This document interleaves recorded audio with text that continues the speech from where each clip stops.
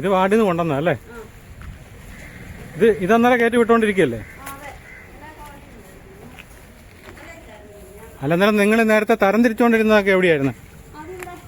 അതിപ്പം ചെയ്യുന്നുണ്ടോ? പിന്നെ പ്രിയ കൂട്ടുകാരെ നമസ്കാരം. നമ്മുടെ പുതുപ്പള്ളി ഗ്രാമപഞ്ചായത്തിൻ്റെ റവന്യൂ ടവറിൻ്റെ നിർമ്മാണം പുറകെ നടക്കുകയാണ്. അപ്പോൾ നിങ്ങൾക്കറിയാം, ഒരുപാട് വിവാദങ്ങൾക്ക് ശേഷമാണ് ഇതിൻ്റെ പണിയെല്ലാം ആരംഭിച്ചത്. അപ്പോൾ നമുക്ക് അങ്ങോട്ടൊന്ന് പോകാം.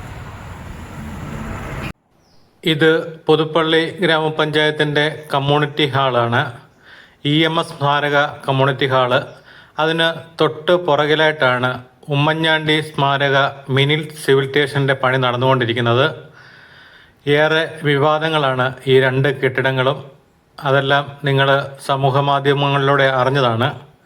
കഴിഞ്ഞ 8 വർഷക്കാലമായിട്ട് പണി മുടങ്ങിക്കിടന്നതാണ് ഈ സിവിൽ സ്റ്റേഷൻ്റെത്. കാരണം 3/11/2018 ഇതിൻ്റെ ആദ്യ ശിലാസ്ഥാപനം നടക്കുന്നത്. അതിനുശേഷം പിന്നീട് 27/10/2025 ഇതിൻ്റെ ഉദ്ഘാടനം നടക്കുന്നത്. അത് നിങ്ങളെല്ലാം കണ്ടു കാണും. അന്നത്തെ ഉദ്ഘാടന ഫലകത്തിൽ കൊടുത്തിരിക്കുന്നത് ഉദ്ഘാടനം നടത്തിയത് ദേവസ്വം മന്ത്രി VN വാസവനും മുഖ്യ സാന്നിധ്യം പുതുപ്പള്ളി MLA ചാണ്ടിയുമ്മനുമാണ്. എന്നാൽ ഈ ചാണ്ടിയുമ്മന് ഈ യോഗം ബഹിഷ്കരിച്ച വിവരങ്ങളുമെല്ലാം നിങ്ങൾ മാധ്യമങ്ങളിലൂടെ അറിഞ്ഞതാണ്. അതിനുശേഷം പുതിയ ഭരണസമിതി വന്നതിന് ശേഷമാണ് ഇപ്പോൾ ഇതിൻ്റെ പണി വീണ്ടും പുനരാരംഭിച്ചിരിക്കുകയാണ്. അപ്പം നമ്മുടെ ഇലക്ഷനിൽ ജയിച്ച് സ്ഥാനാർത്ഥിമാരൊക്കെ വന്നപ്പം പുതുപ്പള്ളി കവലയിൽ നിന്ന് ചാണ്ടിയുമ്മൻ പ്രസംഗിച്ചപ്പം പറഞ്ഞത് നമുക്കിത് വേണോ വേണ്ടോ എന്നുള്ള കാര്യത്തിൽ ആദ്യം ഒരു തീരുമാനമെടുക്കണമെന്നാണ്. അദ്ദേഹത്തിന് ഒട്ടും താല്പര്യമില്ലായിരുന്നു. എങ്കിലും പുതുപ്പള്ളി ഗ്രാമപഞ്ചായത്ത് ഭരണസമിതി ഇത് പുനർനിർമ്മിക്കാൻ തന്നെ തീരുമാനമെടുത്തു. അതിൻ്റെ ഭാഗമായിട്ടാണ് ഇതിൻ്റെ പണി ആരംഭിച്ചത്.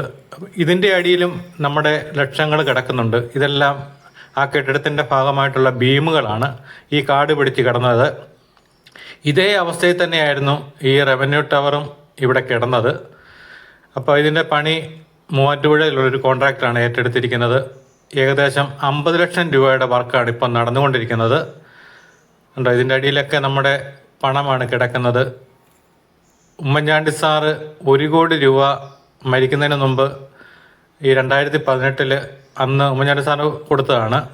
ആ 1 കോടി രൂപയും കൊണ്ടാണ് ഇതിൻ്റെ ആദ്യത്തെ ബീമിൻ്റെ പണികളും തറക്കല്ലിടിയിലും എല്ലാം നടന്നത്. അതിനുശേഷം 8 വർഷമായിട്ട് മുടങ്ങിക്കിടന്നപ്പോൾ ആണ് വീണ്ടും ഇത് പുനരാരംഭിക്കുന്നത്. അപ്പോൾ ഇത് സാമാന്യം നല്ല ഒരു ബിൽഡിംഗ് ആയിട്ട് തന്നെ മാറുകയാണ്.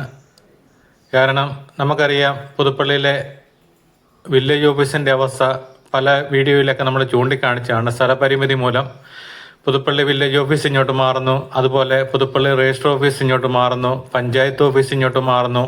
എല്ലാം ഒരേ കുടക്കീഴിലേക്ക് എത്തുമ്പോൾ പുതുപ്പള്ളിക്കാർക്ക് ഒരുപാട് സൗകര്യങ്ങൾ ഉണ്ടാകുകയാണ്.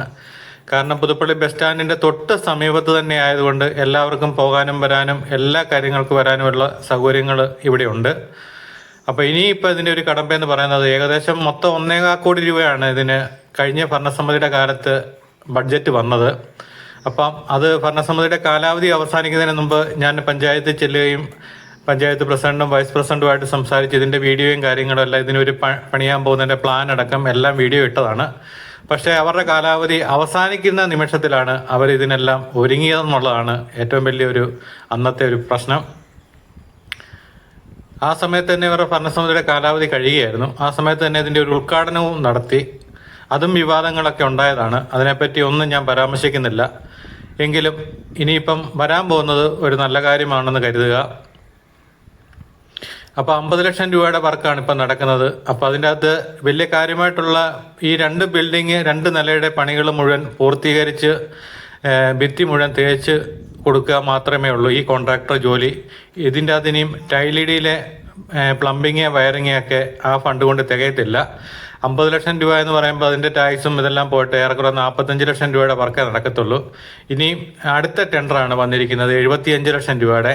ആ ടെൻഡറും കൂടെ പൂർത്തീകരിച്ചെങ്കിൽ മാത്രമേ ഈ ബിൽഡിങ് കംപ്ലീറ്റ് ആകത്തുള്ളൂ. എങ്കിലും 2 നിലയുടെ പണി മാത്രമേ ഉടനെ തീരൂ എന്ന് കരുതുന്നു.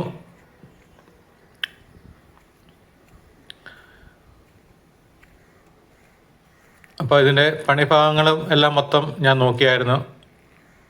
അപ്പോൾ അതിൻ്റെ കോൺട്രാക്റ്റും എല്ലാം ഇവിടെ തന്നെ ഉണ്ട്. അപ്പോൾ അവരോട് ഈ കാര്യങ്ങളൊക്കെ സംസാരിച്ചായിരുന്നു. അപ്പോൾ സാമാന്യം നല്ല വലിപ്പമുള്ള ഒരു ബിൽഡിംഗ് തന്നെയാണ്. ഇതിൻ്റെ പണി പൂർത്തിയാകുമ്പോൾ മാത്രമേ ഇതിൻ്റെ ഭംഗി എന്തുമാത്രമെന്ന് നമുക്ക് മനസ്സിലാകത്തുള്ളൂ. എങ്കിലും അകത്ത് എല്ലാവിധ സൗകര്യങ്ങളും ഇതിൻ്റെ അകത്ത് കാണാൻ പറ്റിയിട്ടുണ്ട്. കഴിഞ്ഞ കുറേ വർഷങ്ങളായിട്ട് ഹരിതകർമ്മസേനയുടെ മുഴുവൻ പ്ലാസ്റ്റിക് മാലിന്യങ്ങളും ഈ ബിൽഡിങ്ങിൻ്റെ അകത്താണ് സംഭരിച്ചുകൊണ്ടിരുന്നത്. ഇതാണ് ഇതിൻ്റെ ശിലാഫലകങ്ങൾ. ഒന്ന് പുതിയ ഉദ്ഘാടനം മന്ത്രി VN വാസവനും സാന്നിധ്യം ചാണ്ടി ഉമ്മൻ MLA യും, മറ്റേത് ഉദ്ഘാടനം മുൻ മുഖ്യമന്ത്രി ഉമ്മൻചാണ്ടി സാറും അന്നത്തെ സാന്നിധ്യം പഞ്ചായത്ത് പ്രസിഡന്റായിരുന്ന നിബു ജോണുമാണ്.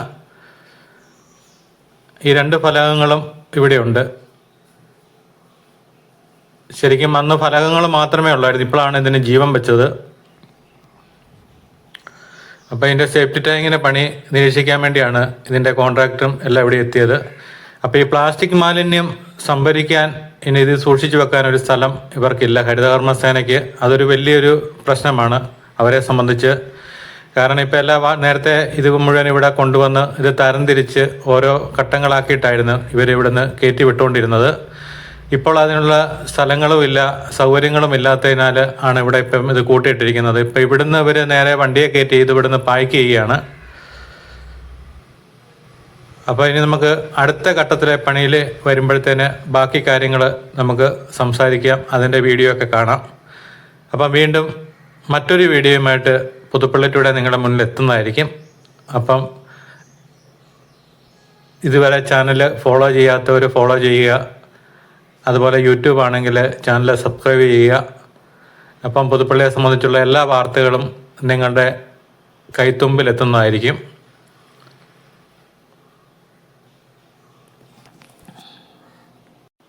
വരും കാലങ്ങളിൽ നമ്മുടെ പുതുപ്പള്ളിക്ക് നല്ലൊരു മാറ്റം ഉണ്ടാകുമെന്നുള്ള പ്രതീക്ഷയോടെ നിർത്തുന്നു.